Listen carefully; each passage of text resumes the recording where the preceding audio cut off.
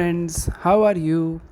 Welcome to our YouTube channel Dhyan Commerce, the key of success. Please like, subscribe, share, and press bell icon for notifications. Thank you. जय माता जी students. Product control technique में last time हमने ओसी curve से related examples देखे थे Poisson distribution में, जिसमें हमने AQL LTPD का इस्तेमाल करके प्रोड्यूसर्स रिस्क, कंज्यूमर्स रिस्क को भी ऑब्जर्व किया। अब जो हम देखने वाले हैं लास्ट टॉपिक जो बाकी रहा है, यानी कि AOQ curve, ATI curve and ASN curve, जिसकी कैलकुलेशन हम हाइपर ज्योमेट्रिक में देख चुके हैं। वैसा ही पार्ट अब हमें ऑब्जर्व करना है पॉइसन डिस्ट्रीब्यूशन में। ठीक है, तो हम जा रहे हैं पहले, बहुत ही इंपॉर्टेंट एग्जांपल है मोस्ट IMP सम नंबर 32 में। ठीक है, सम नंबर 32 नया क्या है, इंपॉर्टेंट क्या है, देखते हैं क्वेश्चन को।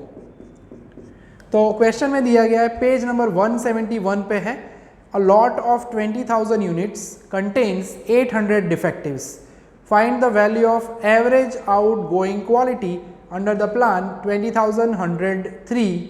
यानी हमें 20,103 प्लान दिया गया है, क्या मिसिंग है ऑब्जर्व करते हैं, अभी पता चली जाएगा। 103 ये प्लान दिया है, हम कंपेयर करते हैं उसे capital N, small n and C के साथ। And capital N, as we can observe that it is 20,000, small n is 100 and C is equal to 3। Capital N अगर 200 से ज़्यादा हो, स्मॉल n अगर 30 से ज़्यादा हो, तो हम यूज़ करते हैं पॉइसन डिस्ट्रीब्यूशन। ठीक है, तो आती है हमारी फॉर्मूला प्रोबेबिलिटी ऑफ एक्सेप्टेंस। सबसे पहला काम यही करना है, फॉर्मूला को मेंशन करते हैं हम हमेशा, PA sigma D from 0 to C e raise to minus NP dash raise to D upon D factorial. अब आप देख सकते हो हम रेडी है, मगर कुछ मिसिंग है। हमारे पास स्मॉल n है, मगर P डैश क्वेश्चन में डायरेक्टली नहीं दिया गया है। ठीक है, पहली लाइन से आपको P डैश जरूर मिल सकेगा, उन्होंने हमें फर्स्ट लाइन में ही बोला है, वो सेंटेंस में लिखने वाला हूं। A lot of 20,000 units contains 800 डिफेक्टिव्स, और यहीं से हमें मिलता है प्रपोर्शन ऑफ डिफेक्टिव आइटम, या उसे हम कह सकते हैं P dash, simply 800 divided by 20,000, यानी defective items divided by total items करते हो तो हमें मिलता है 0.04। यानी हमें हमारा P डैश मिल चुका है। अब n इंटू P डैश ढूंढ लेते हैं। NP डैश यानी 100 इंटू 0.04, यानी NP डैश की वैल्यू हमें मिल गई 4। ठीक है, अब हमारा काम आसान हो गया। यानी नया पार्ट यहाँ पे क्या है कि अगर P डैश ना दिया जाए और इस तरह से सेंटेंस दिया जाए तो कैसे कन्वर्ट कर सकते हैं, वो पार्ट यहाँ पे नया है। ठीक है, वैल्यू रख देते हैं हमारे फंक्शन में, जो हमने हर बार इसी तरह से लिखना होता है।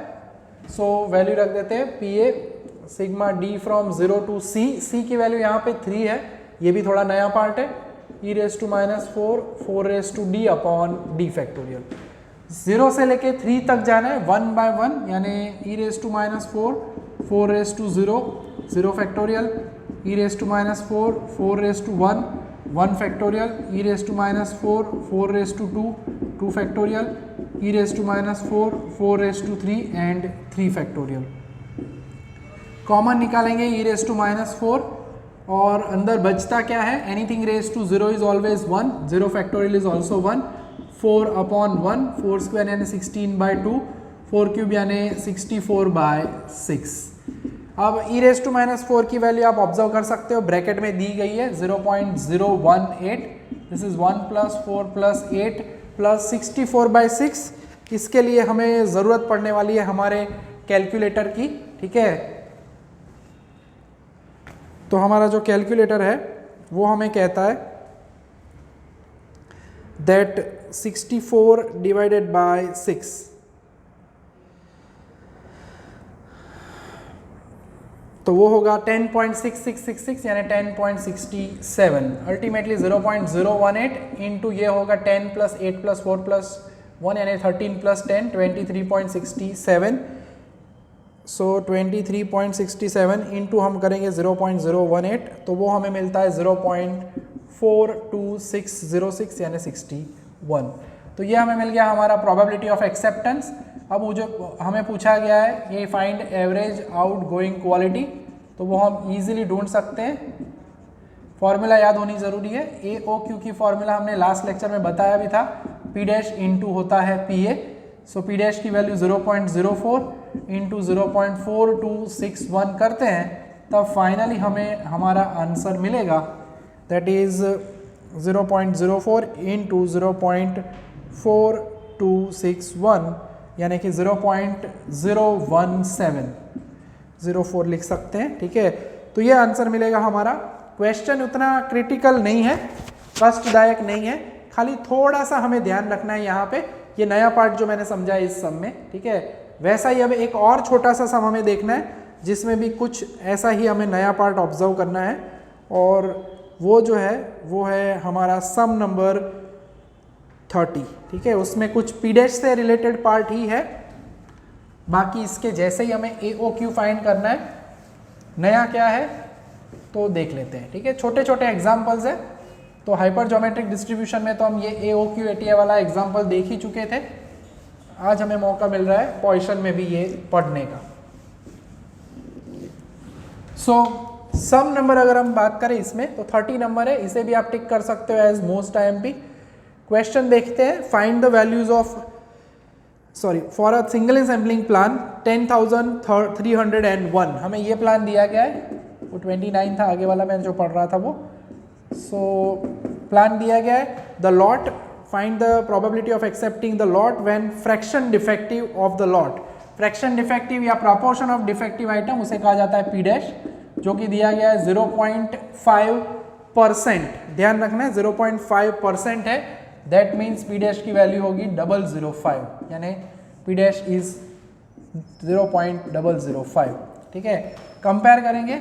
सो n is equal to 10,000, small n is equal to 300 and c is equal to 1। ठीक है, तो काम हमारा रेडी हो चुका है, और अब हम यूज़ करेंगे अगेन, हमारी फॉर्मूला लिखनी ज़रूरी है पहले, यानी probability of acceptance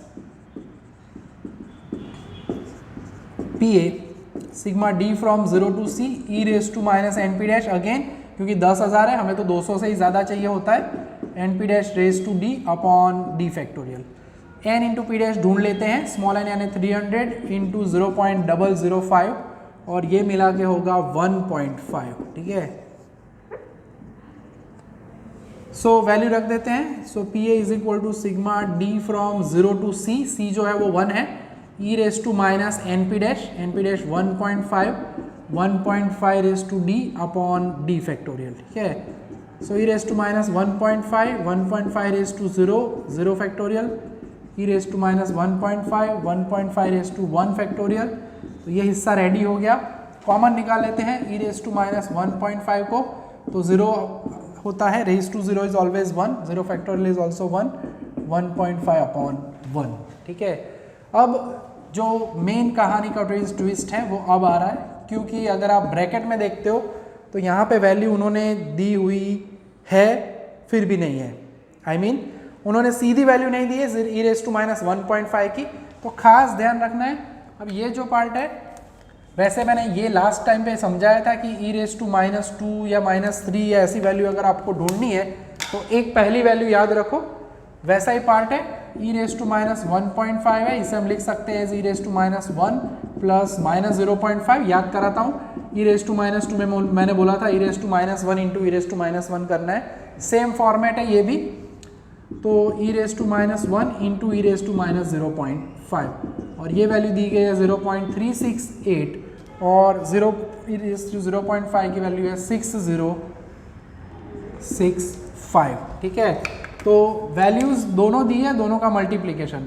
so very special example, यानी ऐसे आपको वैल्यू ना देके परेशान कर सकते हैं, और अगर हम कैलकुलेटर का इस्तेमाल करें 0.368 के साथ मल्टीप्लाई करते हैं, 0.368 इंटू 0.6065, तो 0.22319 मिल रहा है। We can write it as 2232। तो वैल्यू रेडी हो गई है, ये साइड में लिखना खास, तो आपको भी पता चलेगा। इंटू अगर 2.5 करते हैं तब हमें मिलेगा हमारा P A.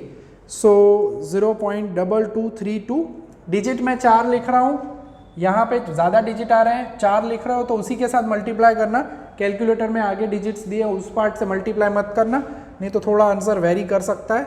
And it is 0.558। ठीक है, क्वेश्चन में यहाँ पे उन्होंने अकेला AOQ पूछा है, also calculate AOQ। So average outgoing quality, जब भी शॉर्ट फॉर्म में क्वेश्चन हो पूरा नाम ज़रूर लिखो। So AOQ is equal to P dash into PA। P dash की वैल्यू हमारे पास है, ध्यान से NP डैश ना आ जाए, 0.005, उसके साथ मल्टीप्लाई करना है 0.558 एंड तब जाके हमें मिलेगा हमारा एवरेज आउटगोइंग क्वालिटी। ठीक है, तो कैलकुलेटर में इनटू करना है 0.005, 0 कम ज़्यादा ना हो जाए, तो आंसर मिल रहा है 0.00279, जो कि बुक के अंदर उन्होंने आंसर लिखा हुआ है 0.0028। इट इज़ ओके, चलेगा। ठीक है, तो यहाँ पे नया पार्ट ऑब्जर्व करने का मौका मिला, ये e⁻⁻1.5 वाली वैल्यू, दोनों ही मोस्ट IMP एग्जाम्पल्स है, खास ध्यान रखना है। और अब हम without wasting any moment of time सीधा जाने वाले हम सबसे इंपॉर्टेंट ग्राफ वाला सम, जिसमें अब तक हमने AOQ ATI वाला कर्व नहीं देखा है आगे हाइपर ज्योमेट्रिक में, तो वैसा सम है हमारा 31 नंबर का एग्जाम्पल, वो हम देखने वाले हैं। ठीक है, टिक करना, इससे भी मोस्ट वेरी मोस्ट IMP की कैटेगरी में आता है ये सम भी 31। इन शॉर्ट अगर हम कहें तो बैक टू बैक तीनों एग्जाम्पल्स मोस्ट IMP है। ठीक है, 30, 31 एंड 32।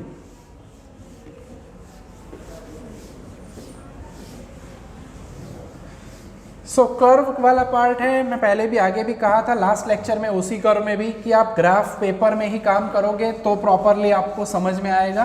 ठीक है, तो सम नंबर 31, इसे भी हम टिक करेंगे एज मोस्ट IMP।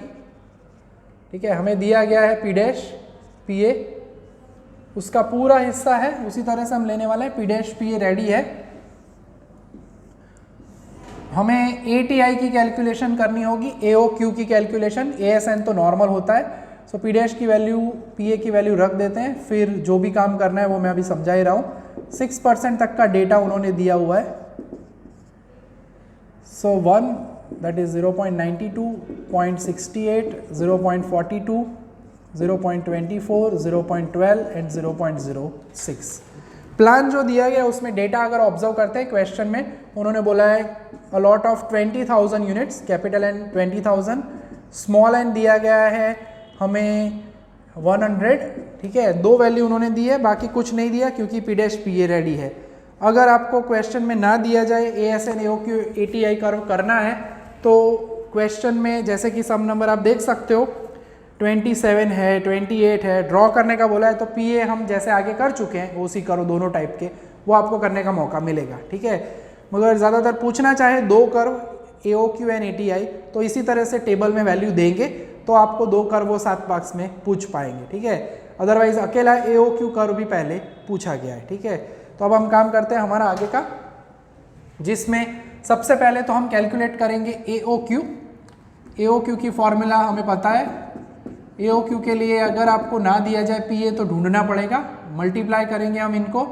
सो पहली value P dash into PA हमेशा 0 होती है, AOQ का ऑलवेज स्टार्ट्स फ्रॉम 0, ऑब्जेक्टिव से पूछ सकते हैं, स्टार्ट्स फ्रॉम ओरिजिन, रादर हम ऐसा कह सकते हैं। मल्टीप्लाई करेंगे 0.0092, 0.0136, कैलकुलेटर में आप चेक कर लेना, 0.0126, 24 4 96 एंड दिस इज 60, 3 6 6 36। तो जीरो ज़्यादा दिख रहे हैं, प्रॉब्लम कोई होने वाला नहीं। अभी हम ऑब्जर्व करेंगे कैसे स्केल का इसका मेजरमेंट होगा। कोई भी कर्व हो इस यूनिट के अंदर, एक्स एक्सिस पे हम P डैश जो लेते हैं उसमें 2-2 सेंटीमीटर ही लेते हैं, चाहे 0.01 हो चाहे 0.02 हो पहली वैल्यू, उस हिसाब से हमें काम करना होता है। ठीक है, अब ATI की बात करते हैं। ATI यानी एवरेज टोटल इंस्पेक्शन, फॉर्मूला लिखने का तरीका याद रखना है, स्मॉल n प्लस ब्रैकेट में capital N minus small n 1 minus PA। अब हमें बार बार ये कैलकुलेशन के अंदर capital N minus small n की ज़रूरत पड़ रही है, तो हम यहीं पे लिख भी देंगे, यानी कैपिटल N जो है वो 20,000 नहीं है 2,000 दिया है, सो 2000 माइनस 100 यानी ये जो आंसर है वो मिलेगा 1900। तो सीधा फॉर्मूला फॉर्म हो जाएगा 100 प्लस 1900 इंटू 1 माइनस पी ए, यानी विदाउट कैलकुलेशन आप सीधा वैल्यू रखते हो। सपोज पी ए की जगह मैं 1 रखता हूँ, 1 माइनस 1 यानी 0, 0 इंटू 1900 यानी 0 प्लस 100 यानी पहली वैल्यू क्या होगी 100। मगर एक कैलकुलेशन मैं ज़रूर दिखाऊंगा for P dash is equal to 0.01 ATI की कैलकुलेशन, ताकि लिखा हुआ हो तो आपको फीलिंग आए।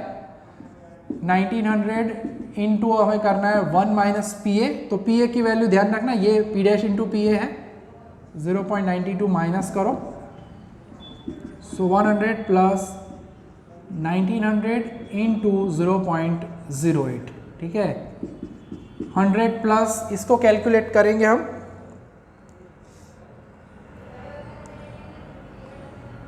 सो 152 होता है ये आंसर, और इसमें 100 प्लस करेंगे तो वो होगा 252, ठीक है। तो ATI की कैलकुलेशन हमारे पास रेडी है 252। इसी तरह से बाकी की कैलकुलेशन हम कर सकते हैं। एग्जाम में भी एक कैलकुलेशन दिखाना, ये 1 वाला मैंने क्यों नहीं दिखाया, क्योंकि वो तो पीछे वाला 0 होता है, तो बेटर यही रहता है। नेक्स्ट में क्या करना है, तो सीधा 1 माइनस पहले करना है, यानी सबसे पहले हम करेंगे 1 माइनस 0.68, यानी वो मिलेगा 0.32 इंटू 1900 करना है, यहाँ पे जो आए फिर प्लस करना है 100, यानी 608 आ रहा है तो 100 ऐड करेंगे तो 708। सिमिलरली 1 माइनस 0.42 करते हैं, 0.58 इंटू 1900 करेंगे, 1102, 100 ऐड करेंगे तो वो होगा 1202। उसी तरह से 1 माइनस 0.24 करेंगे, इंटू 1900 करेंगे, प्लस 100 करोगे तो 1544। उसी तरह से आखिरी दो कैलकुलेशन, 1 माइनस 0.12 करेंगे, इंटू 1900 करेंगे, 1672 में 100 ऐड करोगे तो 1772। एंड आखिरी कैलकुलेशन 1 माइनस 0.06 करेंगे, इंटू 1900 करेंगे तो 1786 में 100 ऐड करेंगे तो 1886, ठीक है। तो कैलकुलेशन का काम जो है हमारा टेबल का, ये आपको करना पड़ेगा जब भी आपको AOQ एंड ATI कर्व पूछा जाए तब। ओनली AOQ कर्व हो तो इतना पार्ट, ओनली ATI हो तो ये एक आध ग्राफ भी पूछ सकते हैं, पेपर सेट करने वाले के ऊपर डिपेंड करता है। मगर एक पेपर में जनरली एक ही ग्राफ वाला पार्ट पूछा जाता है ज़्यादातर, यानी अगर OC कर्व पूछेंगे तो वही आएगा, AOQ कर्व पूछेंगे तो यही आएगा, यानी एक साइड पे ग्राफ आएगा, 7 मार्क्स थियरी 7 मार्क्स ग्राफ, और के अंदर 7 मार्क्स में छोटे से दो सम मिक्स कर सकते हैं। दूसरी साइड 7 मार्क्स में AOQ कर्व ATI कर्व बहुत ही कम पूछा गया है, यानी दोनों साइड ग्राफ हो वैसे काम कम होते हैं, तो दूसरी साइड वो हाइपर ज्योमेट्रिक के सम भी आपको दे सकते हैं, ठीक है। तो पूछे चाहे जो भी, एग्जाम में वो डिसाइड करना है। फिलहाल हम पूरा पार्ट रेडी कर ही रहे हैं हर चैप्टर के अंदर। पहला कर्व ऑब्जर्व करना है हमें अब, ASN कर्व, एंड हमें पता ही है what is ASN। We know that ASN is equal to small n, ASN यानी 100, ठीक है। ये कर्व वैसे नाम का ही कर्व है, इसमें कर्व जैसा कुछ होता नहीं है, एक हॉरिजॉन्टल लाइन रहती है खाली, एक्स एक्सिस के ऊपर हम उसी तरह से पी डैश लेते हैं, 0.01, 0.02, 0.036 तक जाना है। अब स्मॉल n की वैल्यू तो कभी पी डैश के ऊपर डिपेंड नहीं करती, यानी ये कर्व हमेशा आपको 100 एक्स वाई एक्सिस पे हम 10 यूनिट्स लेते हैं, ठीक है। यानी ये ग्राफ पूछा नहीं जाता है ASN, मगर खाली समझने के लिहाज से अगर हम कहें तो it will be a horizontal line. कोई भी परसेंटेज हो, स्मॉल n तो हमें क्वेश्चन में फिक्स ही दिया गया है, ठीक है, वो बदलता नहीं है, ठीक है। फिर भी अगर आपको ग्राफ में अगर एग्जाम में पूछ ले कोई पेपर सेटर, तो आपको स्केल लिखना है, तो वो स्केल कुछ इस तरह से रहता है हमारा मेजरमेंट का स्केल। एक्स पे एज यूजुअल 2 सेंटीमीटर ही लेना है, एंड वाई पे आप लेते हो 1 सेंटीमीटर इज इक्वल टू 10, या वाई पे भी अगर आप 2 सेंटीमीटर इज इक्वल टू 10 लेना चाहो तो भी चलेगा। और ये है हमारा ASN, ठीक है, यानी स्मॉल n, एक्स पे लिया जाता है पी डैश। तो it is always a horizontal line, ठीक है, हॉरिजॉन्टल लाइन से पैरेलल होता है, sorry it is parallel to horizontal axis, ऐसा हम कह सकते हैं, एक्स एक्सिस से पैरेलल, ठीक है। तो सिंपल सा कर्व है ये, आपको जब होमवर्क में करो या क्लास वर्क में करो, नोटबुक में लिखोगे तो चलेगा। ग्राफ बुक में आपको AOQ एंड ATI कर्व करना है, ठीक है। अब दूसरे कर्व में हम जाते हैं जो कि बहुत ही इंपॉर्टेंट रहता है हमारा, AOQ curve, average out going quality curve. दूसरा कर्व है हमारा जिसमें हमें AOQL यानी average out going quality level भी ढूंढना होता है, मैक्सिमम वैल्यू जो होती है हमारी वो। सो एक्स पे हम लेते हैं पी डैश, वाई पे हम यहाँ पे लेने वाले हैं ए ओ क्यू। स्केल का तरीका वही है, एक्स पे तो वही रहने वाला है, वाई पे थोड़ा हम बदलेंगे अभी, ठीक है। 0.01, 0.02, 0.03, 0.04, 0.5 एंड 0.06, ठीक है। तो ये वैल्यूज़ हमारे पास रेडी है। अब y के ऊपर थोड़ा ऑब्जर्व करना पड़ेगा AOQ की वैल्यू। आप देख सकते हो 00 है, कहीं पे 36 है, 60, 90, 120, 130। तो हम क्या करेंगे, यहाँ पे 0.00 वैल्यूज लेने वाले हैं। अब यहाँ पे 2 सेंटीमीटर नहीं लेते y पे, 1 सेंटीमीटर में 0.0010 लेंगे। फीलिंग ना है तो मैं लिख के बताने वाला हूँ तो समझ में आ जाएगा। जब 0010, 0020 ये इजी रहता है, क्यों? ग्राफ में भी आपको प्लॉटिंग में इजी रहेगा। अभी बताने वाला हूँ कैसे। पहले लिख देते हैं 050, 0.0060, 0070। आप 1-1 सेंटीमीटर में लिखोगे, खाना नहीं है कोई भी वैल्यू को खास, उतना ध्यान रखना है। 0090 के बाद 0000 ना हो जाए, 0100 होगा, 0110, देन 0.0120, 0.0130 एंड 0.0140 तक जाना है, क्योंकि मैक्सिमम वैल्यू है 0.0136, ठीक है। तो प्लॉटिंग के लिहाज से अब हम बात करते हैं।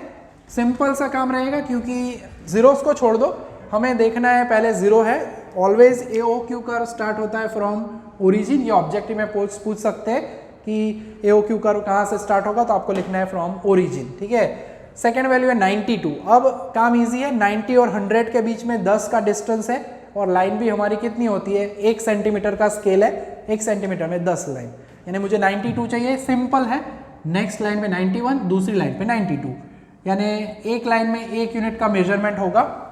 देन हमारे पास है 136, यानी 130 के ऊपर 5वीं लाइन पे 35, छठी लाइन पे 136।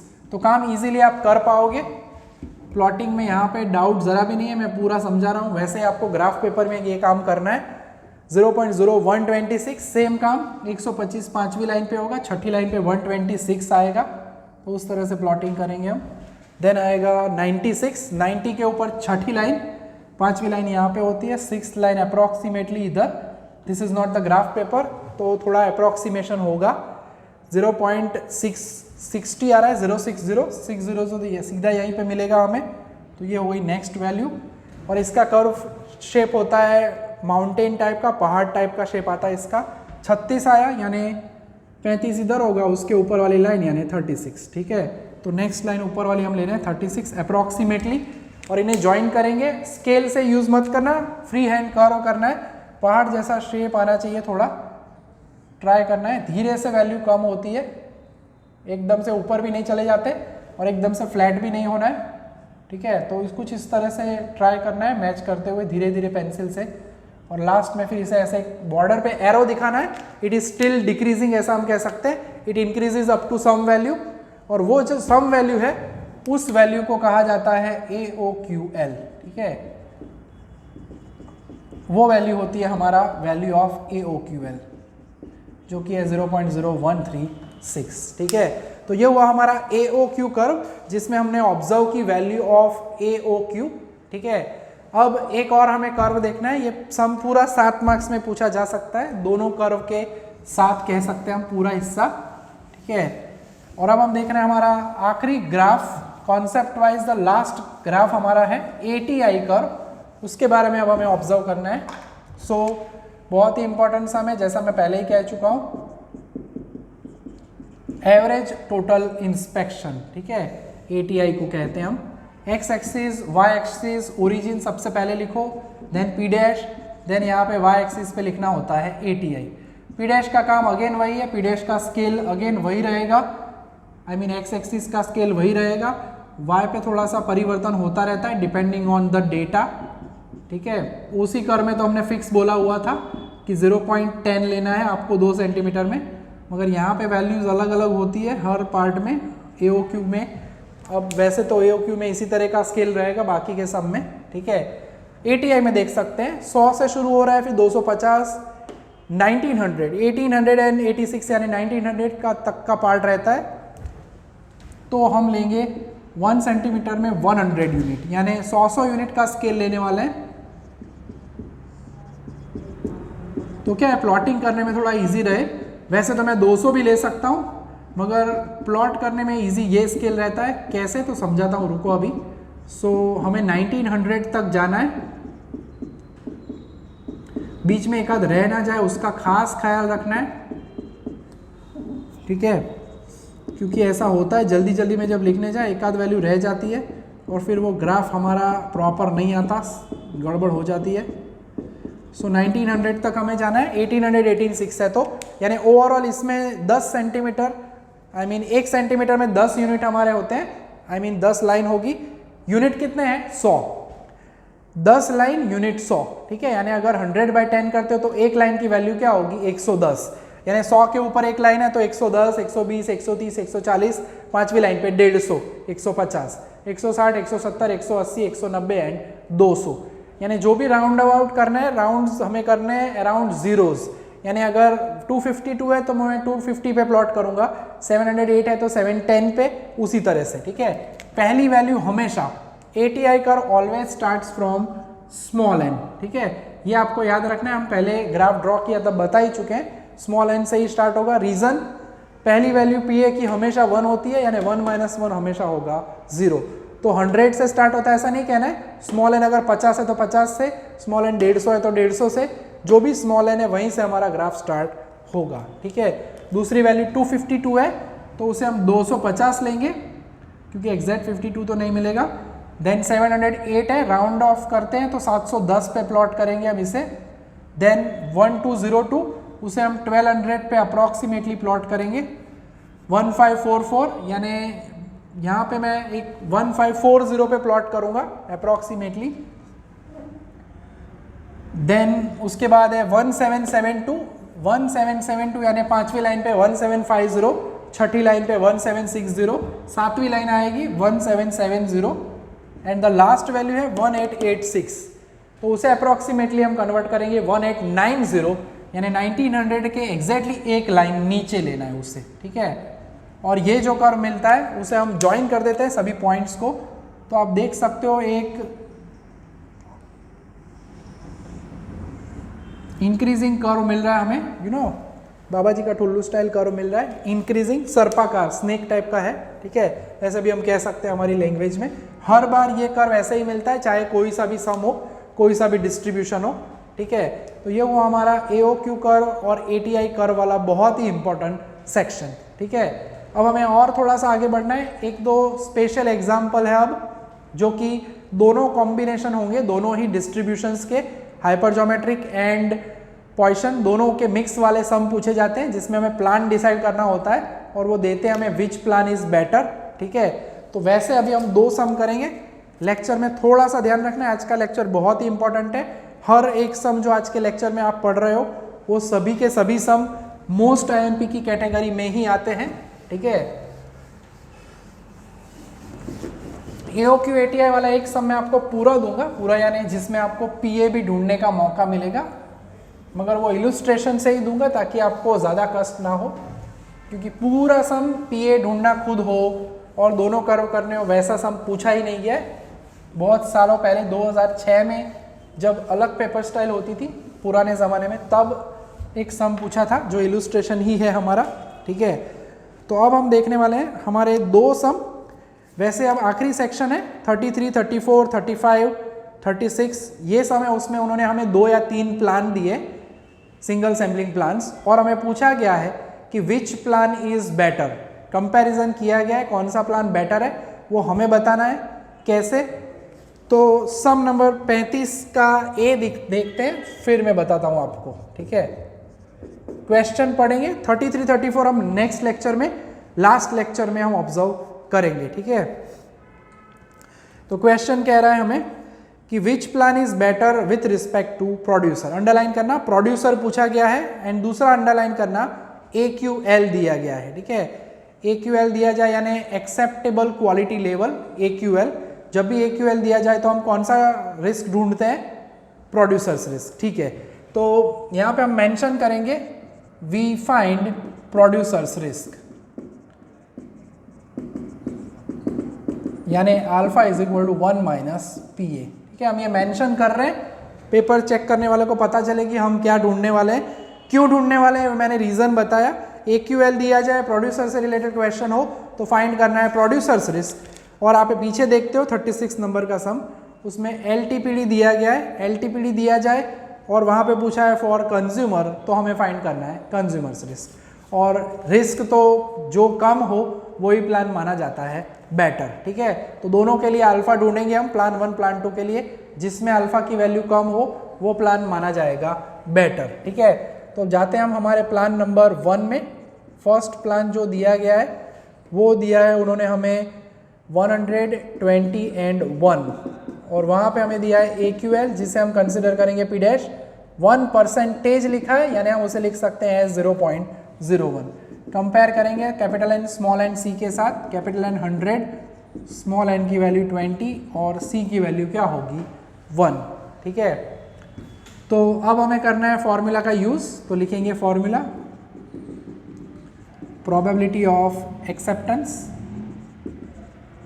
यानी PA। खास ध्यान रखना है, आप देख सकते हो कैपिटल N लेस देन 200 है, तो हम यूज़ करेंगे पुराना वाला आपका favourite distribution, hyper geometric distribution, NP dash CD n minus NP dash CN minus D upon NCN। सभी वैल्यूज़ रेडी है, खाली हमें ढूंढना होगा capital NP dash, capital N यानी 100 इंटू 0.01। पहली बार हमें मिल रहा है NP डैश 1। आप चेक कर लेना आगे के सभी सम्स, कभी भी उन्होंने P डैश 1% नहीं दिया, तो इसकी वजह से क्या होगा वही देखना है हमें, मोस्ट टाइम भी पार्ट वही है।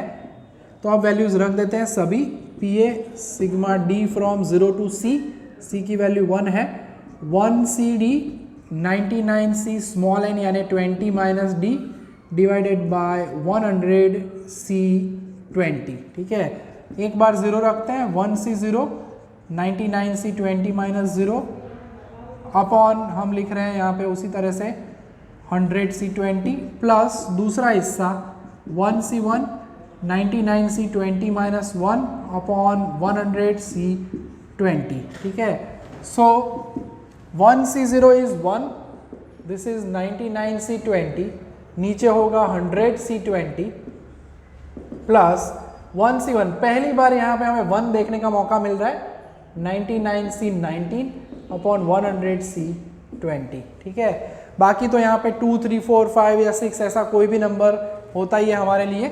सो फैक्टोरियल का पार्ट यूज़ करेंगे, ऊपर वाले का फैक्टोरियल 99, नीचे 20 and 79 factorial, 100 factorial, 20 factorial and 80 factorial. दूसरे हिस्से में 1 हो चुका है यानी 99, 19 एंड 99 माइनस 19 यानी 80 फैक्टोरियल। ठीक है, अपॉन नीचे वाला तो वही रहेगा। हम ढूंढ रहे हैं अल्फा, अल्फा के लिए पहले PA ढूंढना पड़ेगा, डिनोमिनेटर का डिनोमिनेटर न्यूमरेटर में जाता है तो पलटेगा हिस्सा ऊपर वाला। सो 99 factorial divided by 20 into 79 factorial, पलट के हिस्सा ऊपर 20 factorial, 80 factorial and 100 factorial, plus करके हिस्सा लिखेंगे 19 factorial 80 factorial into 20 factorial 80 upon 100।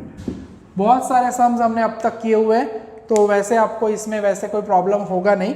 सबसे पहले तो वही हिस्सा है 20 फैक्टोरियल कैंसिल होगा, अब तक जो नहीं हुआ वो पहली बार देखने का मौका मिलेगा।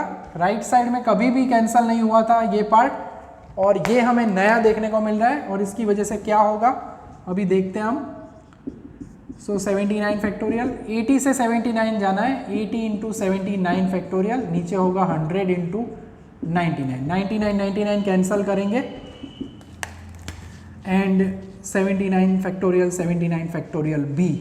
पेंसिल से ये सर्कल करोगे तो इजी रहता है, अच्छा रहता है, मार्जिन ऑफ एरर कम होता है, कौन गया कौन बचा।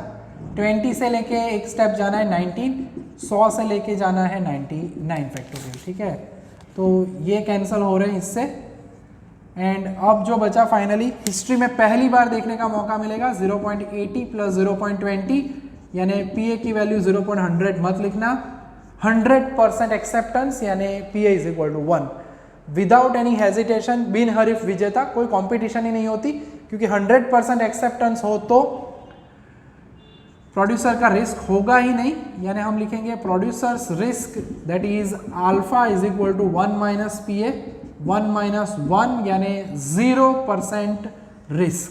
ठीक है, मिनिमम रिस्क होता है 0%, यानी ये वैसे ही मिनिमम आंसर होगा, मगर हमें चेक करना पड़ेगा कि सपोज दूसरे में भी शायद 0 आ जाए तो टाई भी हो सकती है। तो इस वजह से दूसरे प्लान के लिए अभी हम अल्फा ढूंढेंगे, और अगर उसमें इससे वैल्यू ज़्यादा आए तो हम कह देंगे कि प्रोड्यूसर्स रिस्क जो है वो पहले में कम था, इस वजह से प्लान 1 इज़ बेटर। मगर उसके लिए पहले हमें चेकिंग करना पड़ेगा, विदाउट कैलकुलेशन हम इसे रिस्क जो है वो कम मान के इन्हें ही बेस्ट प्लान नहीं कह सकते, इसलिए कैलकुलेट करना ज़रूरी है हमारे लिए।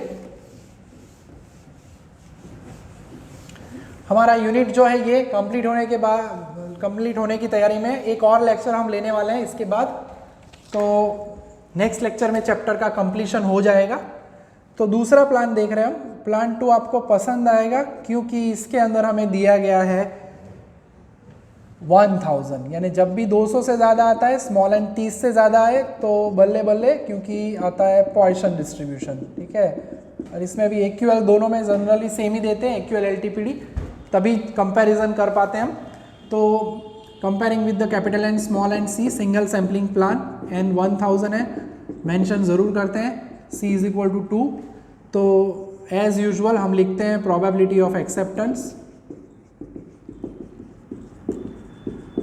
जिसे हम कहते हैं P A sigma D from 0 to C e raise to minus N P dash raise to D upon D factorial.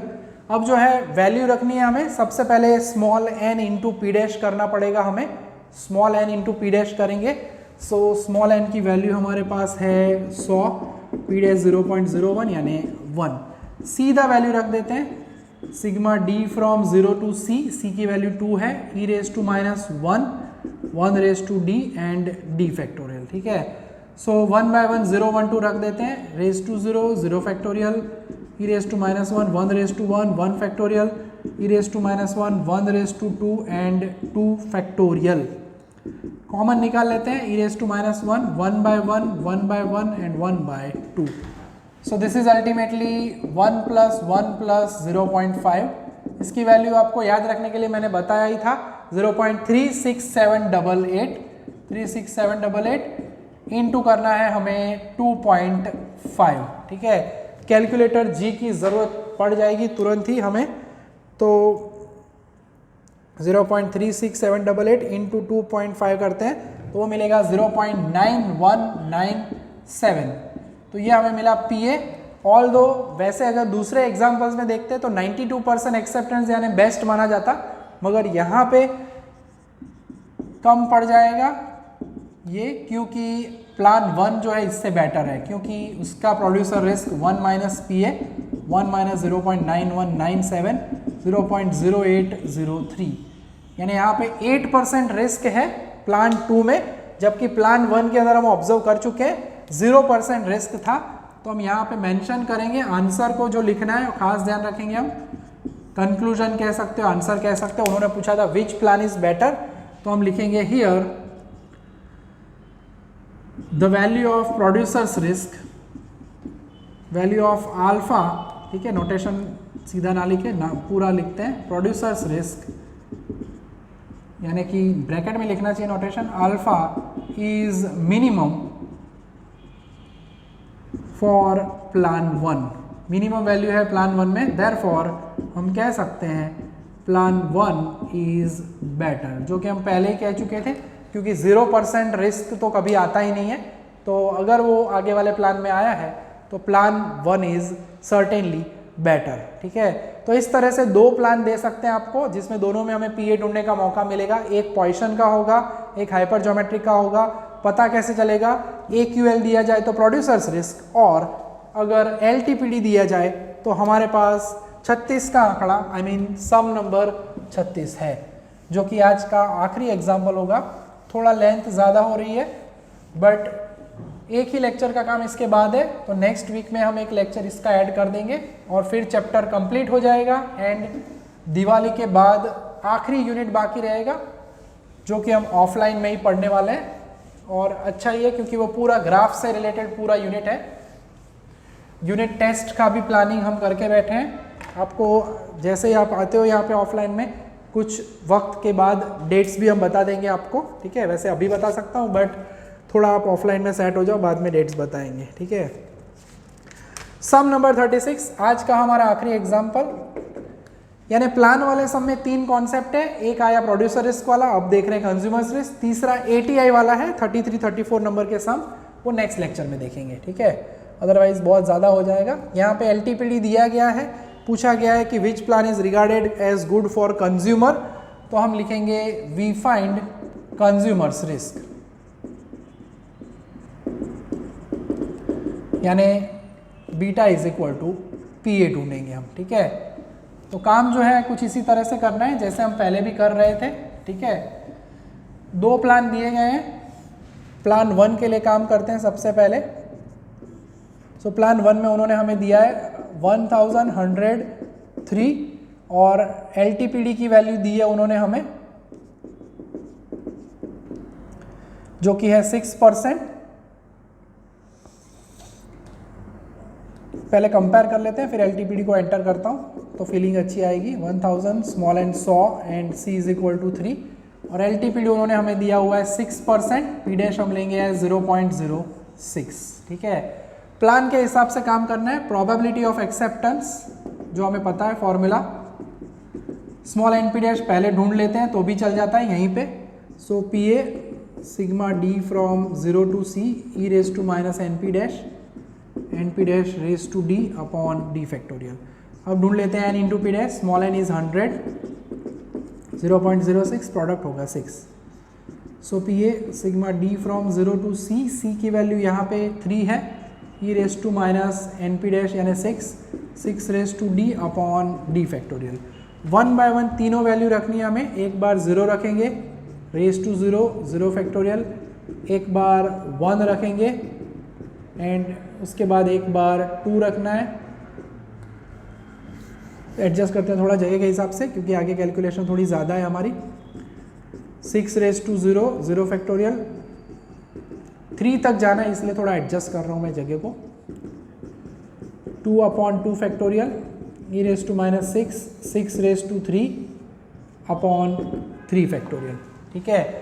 तो अब हमें कैलकुलेशन में आगे बढ़ना है। कॉमन निकालेंगे, e raise to minus 6 raise to 0 is 1, 0 factorial is also 1, then 6 by 1, 6 का square 36 by 2, 6 raise to 3 upon 3 factorial यानी वो होगा 216। कृपया ध्यान दें 3 फैक्टोरियल में जल्दी में 3 मत लिख देना, 3 2 यानी 6। So this is 1 plus 6 plus 18 plus 36।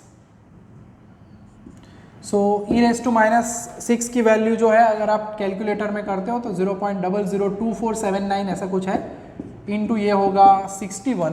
तो कैलकुलेटर जी की ज़रूरत पड़ने वाली है। कैलकुलेट कर लेते हैं इसको हम इससे को। सो 0.0024 इंटू 61 तो वो होगा 0.1464।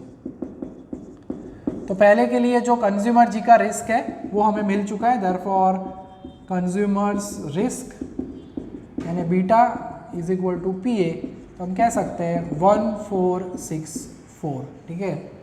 दूसरे प्लान के लिए अब ऑब्जर्व करेंगे, उसमें अगर इससे ज़्यादा आया तो प्लान 1 बेटर, उसमें अगर कम आया तो प्लान 2 बेटर, ठीक है। प्लान नंबर 2 दिया क्या है, तो नेचुरली हमें पता ही होना चाहिए कि एक अगर पोजीशन वाला है तो दूसरा हाइपर ज्योमेट्रिक ही होगा। LTPD उन्होंने हमें दिया हुआ है P डैश 0.06, ठीक है। तो capital N small n C से कंपेयर करते हैं हम, तो कैपिटल एन यानी 50, small n 10, C is equal to 0। तो फॉर्मूला हमारी आ जाती है प्रोबेबिलिटी ऑफ एक्सेप्टेंस यानी PA sigma D from 0 to C NP dash CD। General formula खास लग जो, ये पहले लिखना है फिर वैल्यू रखो। आपको आती है फॉर्मूला मगर एग्जाम में आपको दिखाना ज़रूरी है कि आपको फॉर्मूला पता है, ठीक है। तो वो ज़रूरी है, मेंशन करना चाहिए हमें। अब हमें क्या करना पड़ेगा, सबसे पहले तो NP dash N P dash यानी 50 इंटू 0.06, तो प्रोडक्ट आया 3 N minus N P dash यानी 50 माइनस 3 यानी कि 47। एक्स्ट्रा याद रखना है, ये हम आगे देख चुके हैं, जब सी वैल्यू 0 हो तो हम लिखते थे here C is equal to 0, so we put D is equal to 0। तो इतनी वैल्यूज़ है, वो तीनों की तीनों वैल्यूज़ को अब हमें रख देना है हमारी फॉर्मूला में, यानी कि ये फॉर्मूला में, तो हमें मिलेगा हमारा पी ए। ध्यान से सिग्मा चला जाएगा, डी फ्रॉम 0 टू 0 यानी एग्जैक्ट 0 रखेंगे, दैट इज 3C0, पड़ोस में आएगा 47C small N is 10 minus 0, नीचे आएगा 50C 10, N C0 is always 1, तो ये 1 करके हम सीधा कैलकुलेशन शुरू कर देंगे। 47 फैक्टोरियल, 10 फैक्टोरियल एंड 37 फैक्टोरियल, नीचे 50 फैक्टोरियल, 10 फैक्टोरियल एंड 40 फैक्टोरियल। पलट देंगे, डिनोमिनेटर का डिनोमिनेटर न्यूमरेटर में जाता है, सो ऊपर जाएगा 10 फैक्टोरियल, 40 फैक्टोरियल एंड नीचे होगा 50 फैक्टोरियल। ठीक है, तो कैंसल होगा हमारा 10 फैक्टोरियल। पैटर्न अगेन वही है, चाहे कोई भी सम हो, यूनिवर्सिटी में आखिरी सम कर रहे हो तो भी ये पेंसिल का यूज़ करना ताकि आपके लिए काम ईजी हो। तो 47 फैक्टोरियल अपॉन 37 फैक्टोरियल, 40 से 37 तक जाना है, 40, 39, 38 इंटू 37 फैक्टोरियल, नीचे 50 से 47 तक जाना है, 49, 48 इंटू 47 फैक्टोरियल। अगेन प्रोसेस वही है हमारी, कैंसिल कर देंगे 37, 47 फैक्टोरियल्स को ऊपर नीचे, एंड द लास्ट कैलकुलेशन वाला पार्ट अब जो है, यानी इसको डिवाइड करेंगे तब हमें मिलेगा हमारा P A. 40 into 39 into 38 divided by हमें करना है 50, जो आंसर है उसे डिवाइड करना है 49, और बाद में जो आंसर है उसे डिवाइड करना है 48 से। तो हमें जो आंसर मिल रहा है वो मिलेगा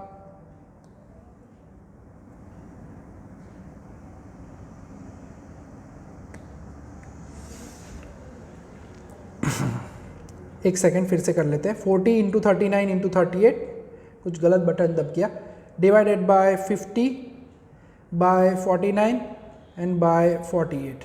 ठीक है, सो कैलकुलेटर की ज़रूरत पड़ती है, और अगर कैलकुलेटर प्रॉपरली ना यूज़ कर पाए, जैसे कि हम तो करते नहीं, आई मीन मैं नहीं करता, तो कष्ट होता है हमें।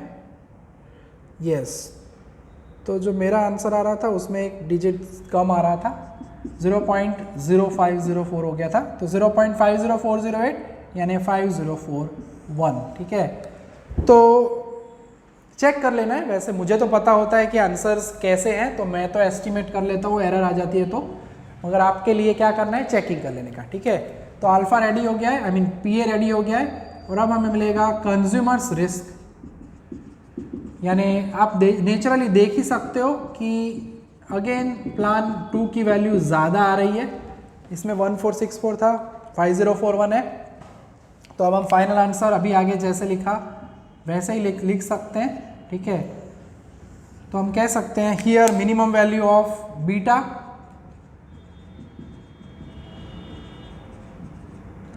Minimum value of consumers risk लिख सकते हैं, नोटेशन में बीटा लिखेंगे, consumers risk beta is minimum for again plan 1, again नहीं लिख रहे, therefore हम कहेंगे that plan 1 is better। ठीक है, तो plan 1 जो है वो better माना जा रहा है यहाँ पे with respect to कंज्यूमर जी को फायदा plan 1 में होगा, plan 2 में नुकसान है, क्योंकि रिस्क जो है प्रोड्यूसर्स रिस्क कंज्यूमर्स रिस्क दूसरे में ज़्यादा है, पहले में कम। ठीक है, तो अब जो हम करने वाले हैं होमवर्क के बारे में अगर बात कर दे तो ज़्यादा सम नहीं दूंगा मैं, क्योंकि क्लास वर्क भी आज थोड़ा ज़्यादा हो चुका है, मगर करना तो पड़ेगा ही। होमवर्क में एक सम करना है, पहला जो मैंने करवाया AOQ ATI वाला सम, सिंपल वाला, उसकी कैटेगरी में 29 आप करोगे। फिर अभी जो हमने सम किया है AQL LTPD वाला 35, उसकी सेम कार्बन कॉपी है ऑलमोस्ट 38 का B। अब ये और में है, नीचे वाले पार्ट में ध्यान रखना, नीचे वाले पार्ट में है और में 38 का B। एंड उसके बाद इलुस्ट्रेशन। ठीक है, एक इलुस्ट्रेशन है जो मैं आपको पूरा करने का मौका दूंगा, इलुस्ट्रेशन नंबर 11, जिसमें आपको खुद PA ढूंढना है और ये सम 2006 में पूछा जा चुका था। 37 का एक सेकंड में चेक कर लेता हूँ। 37 का बी है, वो भी और वाला, ठीक है। दोनों नहीं करने, सेम ही है सम, ये ASN AOQ ATI कर्व तीनों है इलुस्ट्रेशन में। 2006 में पूछा गया था खाली 2 कर्व, ठीक है। तो इतना काम आपको करना रहेगा। लास्ट लेक्चर का काम अभी हमारा बाकी रहने वाला है इस चैप्टर में, वो हम देखेंगे, जिसमें 4-5 ऑब्जेक्टिव्स हैं और 33 नंबर 34 नंबर के सम है, ठीक है। यहाँ तक का काम आज के लेक्चर में हम रखने वाले हैं। रेडी करो, most important lecture of the unit number 4 का है, तो यही है आज का लेक्चर, बहुत ही इंपॉर्टेंट है। सभी सॉलिड एग्जाम्पल हमने किए हैं, ठीक है। यहाँ तक रखेंगे हम। जय माता जी एंड थैंक यू।